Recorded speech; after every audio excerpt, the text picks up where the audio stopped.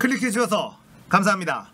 시사건건 홀스형입니다. 자, 이번에 다룰 이야기는 조국 전 법무부 장관에게 뇌물죄를 뒤집어 씌울 수 없는 이유입니다. 정경심 교수가 오늘 추가 기소되었습니다. 혐의는 모두 14개. 먼저 기소된 표창장까지 합치면 15개의 혐의. 재판을 통해서 유무죄를 다퉈야 될 혐의가 15개나 된다, 이런 얘기입니다. 검찰은 한 가족을 엄청나게 털었죠. 그리고 15개나 되는 혐의를 정경심 교수에게 씌워놓았습니다. 자, 이 15가지 혐의지만 들여다보면 간단합니다. 표창장 위조했는지 하지 않았는지, 그리고 조국의 딸 조민양이 입시 비리에 연루되었는지 연루되지 않았는지, 그리고 사모펀드 차명 투자했는지 안 했는지, 요렇게만 살펴보면 모든 혐의가 전체적으로 풀리게 됩니다. 그 한 가지 행위에 여러 가지 혐의가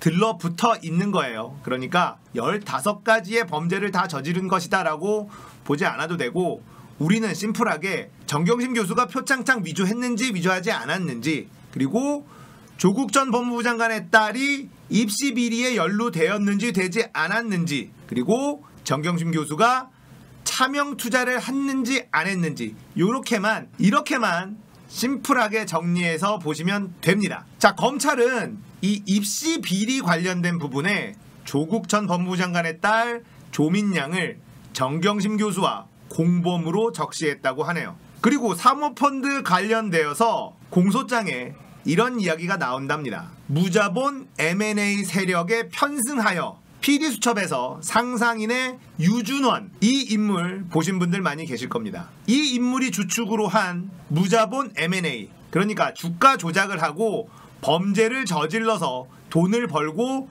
튀는 이런 사람들인데요. 이 사람들이 주범이라는 것을 검찰도 알고 있다는 뜻이거든요. 그런데 이 주범은 기소하지 않았고 수사조차 하지 않았습니다. 여기에서부터 검찰의 이번 수사가 이상하다는 걸 우리는 정확하게 알 수 있습니다. 자, 그리고 언론에서는 검찰의 칼끝은 조국을 향하고 있다, 이렇게 계속해서 나오고 있죠. 조국 전 법무부 장관을 뇌물죄로 엮을 수 있다, 이런 얘기가 나오고 있는데요. 제가 오늘 이 조국 전 법무부 장관을 뇌물죄로 엮을 수 없는 이유를 간단하게 설명해 드리려고 합니다. 조국 전 법무부 장관을 뇌물죄로 엮으려고 하는 몇 가지 사실이 존재하는데요. 코링크피라는 투자회사가 포스링크라는 회사를 인수를 합니다.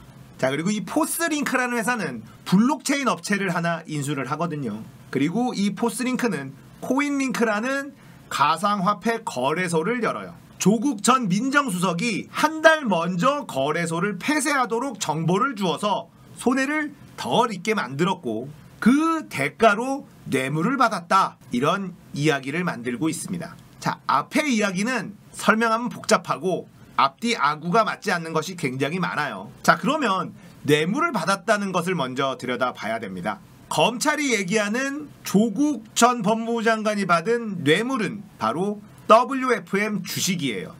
주식을 내부 거래를 이용해서 싸게 살 수 있도록 해주었다. 그 차액만큼을 뇌물로 봐야 한다, 이 얘기입니다.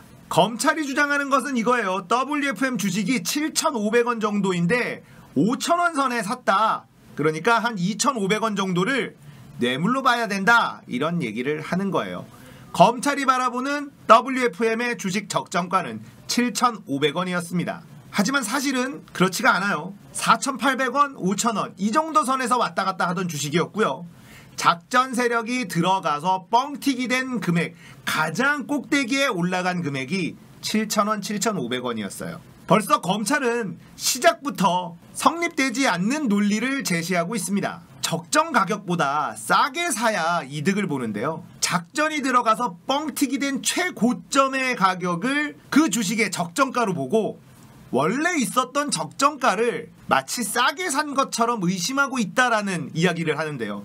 이건 누가 봐도 앞뒤가 맞지가 않죠. 자, 그리고 가장 결정적인 것은 정경심 교수와 그 동생은 WFM 주식을 아직도 가지고 있습니다. 그러니까 뇌물을 줬다라고 한다면 고점에서 팔아서 현금을 쥐게 만들어 줬어야 그것을 뇌물이다라고 의심해볼 여지라도 생기는 것이겠죠.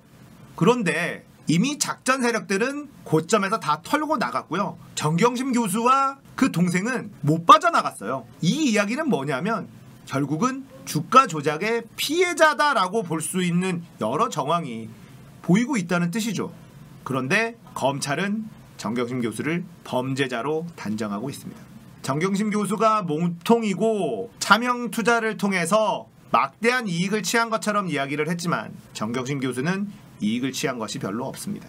그렇다면 누가 이익을 취했을까? 가장 많은 이익을 본 사람들을 수사하고 기소했어야 하지만 검찰은 그러지 못하고 있어요. PD수첩에 의하면 상상인의 유준원, 이 사람이 WFM 코링크에 등장을 한다고 하죠. 주가 조작에 능하고 그런 식으로 무자본 M&A를 하는 사람이라고 알려져 있는데요.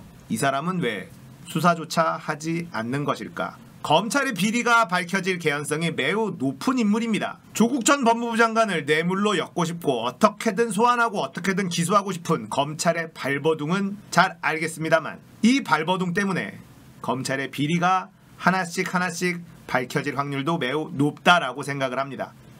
상상인의 유준원이라는 사람을 수사하지 않을 수가 없거든요. PD수첩에서 이런 이야기를 했습니다. 검찰은 수사를 통해서 명성을 얻고 수사하지 않는 것으로 돈을 번다. 국민들이 깨어 있어야 하는 이유 또다시 하나 나왔네요. 우리는 두 가지만 기억하면 됩니다.